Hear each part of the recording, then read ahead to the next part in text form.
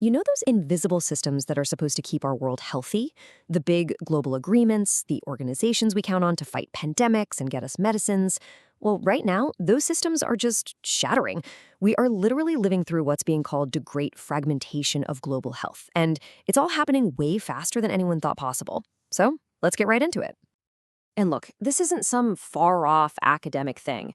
An analysis from just September of 2025 put it in really stark terms. This fragmentation is happening now, and it comes with real human costs. This quote right here, it pretty much sets the stage for everything we're about to talk about. The old rulebook for global cooperation is being torn to shreds, and nobody's quite sure what the new one's going to look like. So you're probably asking, how on earth did we get here so fast? Well, this timeline shows you just how quickly the dominoes fell in 2025. It's like, boom, January. The US is officially out of the World Health Organization. Then, just 2 months later, boom again, a mind-blowing 83% of USAID's health contracts are just canceled. After that, massive tariffs get slapped on pharmaceuticals, completely wrecking supply chains. And by September, the WHO itself announces it's got a 45% budget shortfall. I mean, each one of these wasn't just some news headline. It was like a wrecking ball smashing into the foundation of global health. And really, what this all boils down to is a massive shift in thinking. We've gone from this idea of multilateralism, where we all work together to solve the big problems, to a world that's all about nationalism. Basically, an every country for itself kind of mindset. And that one shift, that's the engine driving this entire fragmentation. Okay, so to really get a feel for what this new reality looks like, we've got to look at the actual battles being fought on the ground. And our first stop is a super high-stakes standoff that happened in Lima, Peru, a fight over the very code of life itself. So this whole fight is about something called digital sequence information, or DSI for short. Now, the easiest way to think about it is like this. You've got the genetic blueprint of, say, a plant or an animal, but instead of being in a physical seed, it's just a string of data on a computer.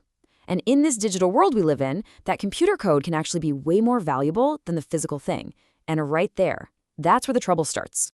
And this slide, wow, it just lays out the deadlock in Lima perfectly. So on one side, you've got the global north, right? The developed nations.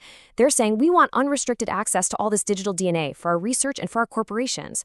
But on the other side, you have the global south, the developing nations that are actually rich in all this biodiversity. And they're saying, whoa, hold on. For decades, you guys have been profiting off our natural resources and we've gotten nothing. We demand fair payment. And the result? Total gridlock. The talks just completely fell apart.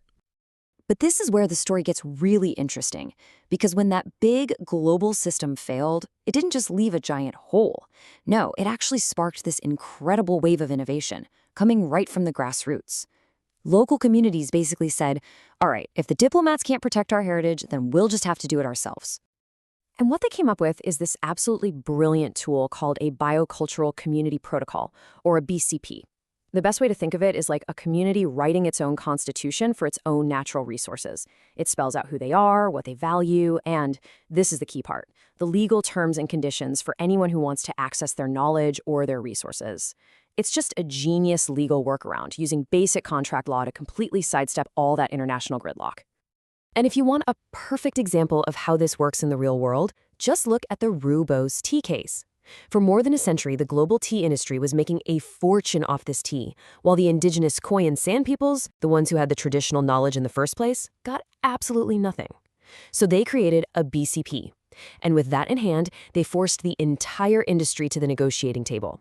And today, they get 1.5% of the farm gate price of all rooibos sold, which funnels millions of dollars into their community trust fund every single year. It's a total game changer. And it's not just legal tools. Technology is stepping in with some amazing solutions too. Check this out, the Amazon Bank of Codes. It uses blockchain to basically solve that whole DSI problem that the diplomats couldn't. So here's how it works. First, all the genetic data gets locked onto a super secure blockchain ledger. Step 2, if you want to access that data, you have to sign a smart contract that automatically logs who you are and what the payment terms are. And then, the crucial part, every single download, every single use is permanently recorded. It creates this foolproof, unerasable digital trail. It's basically an end run around digital biopiracy. So cool. All right, so this new world isn't just affecting local communities. It's forcing entire nations to completely rethink their strategy. So for our next case, let's zoom out and head over to India, often called the pharmacy of the world, to see how they're fighting for their own supply chain sovereignty. For years, India had this massive, critical vulnerability hiding in plain sight. Get this, a staggering 70% of its active pharmaceutical ingredients, we're talking the core, essential building blocks of medicines, were imported from China. I mean, just let that sink in. This wasn't just some supply chain issue, it was a huge national security risk. You gotta ask yourself, what happens if that supply chain suddenly gets turned off? And if you want to see just how deep this dependency went, look no further than this number, 30 years. That is how long it had been since India had produced its own penicillin G. We're talking one of the most basic, foundational antibiotics in the world. And the country had completely lost the ability, the infrastructure, to make it for themselves. So India finally decided, okay, enough is enough, and started rebuilding its domestic factories. But then, check this out. Just as the new Indian factories were coming online in late 2025, the global price of penicillin G just tanks. It crashes from over $25 a kilo all the way down to $13.50. A lot of people looked at that and saw it as a pretty clear strategic move, an attempt to make those brand new Indian factories unprofitable right out of the gate. But India didn't blink. They had a countermove all ready to go. It's called the Production Linked Incentive Scheme, or PLI. And you gotta understand, this isn't just some simple subsidy. It is a massive, strategic government investment program designed to rebuild domestic manufacturing from the ground up, piece by piece. The goal here is simple, but it's also existential: to reclaim their supply chain sovereignty, to make sure the country can never, ever be held hostage for its own essential medicines again. Okay, so we've seen how grassroots groups are responding and how entire nations are pivoting. But what happens when the global referees, the big organizations like the WHO, are pushed to the sidelines? Well, you get a power vacuum. And right now, we're seeing all these regional powers stepping up to fill that void, creating their own new alliances to look out for their own. And a perfect example of this is the brand new India-EU Free Trade Agreement, which people are calling the mother of all deals. And honestly, the terms are pretty groundbreaking. We're talking about the EU getting rid of tariffs on over 99% of Indian exports, a whole new framework so Indian professionals and students can move more easily, and, this is a big one, the EU formally recognizing India's database of traditional knowledge. This isn't just a trade deal, it's a deep strategic partnership for this new era. And look, it is not just India and the EU. What we're seeing is the emergence of a truly polycentric world. That's just a fancy way of saying a world with many different centers of power, not just one or two superpowers calling all the shots. And you can see it happening everywhere. The BRICS nations, they're launching their own health partnerships and a joint vaccine center. The Africa CDC, it's expanding its power to buy medicines directly for its members. ASEAN, they're hitting the accelerator on their own health security framework. All of them are building their own systems in parallel, totally independent of that old Western-led order.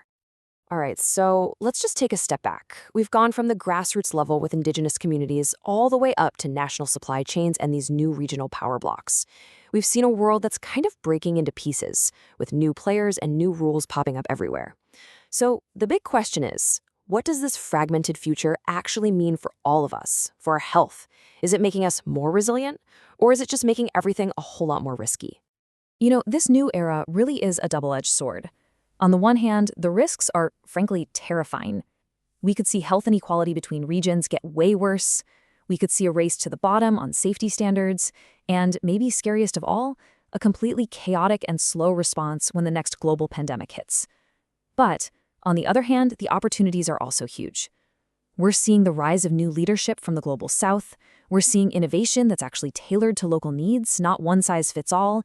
And we're building more resilient supply chains that can't be taken down by a single point of failure. It's a massive, high-stakes trade-off, and we're living right in the middle of it. But with all this talk of geopolitics and supply chains, we just cannot lose sight of the immediate human cost of all this. An analysis in The Lancet came up with a pretty devastating projection, and that number is 14 million. That's the estimated number of additional deaths we could see by 2030 if those 2025 U.S. global health funding cuts aren't reversed. That's not just a statistic on a screen. That is the stark, brutal, human price of this fragmentation.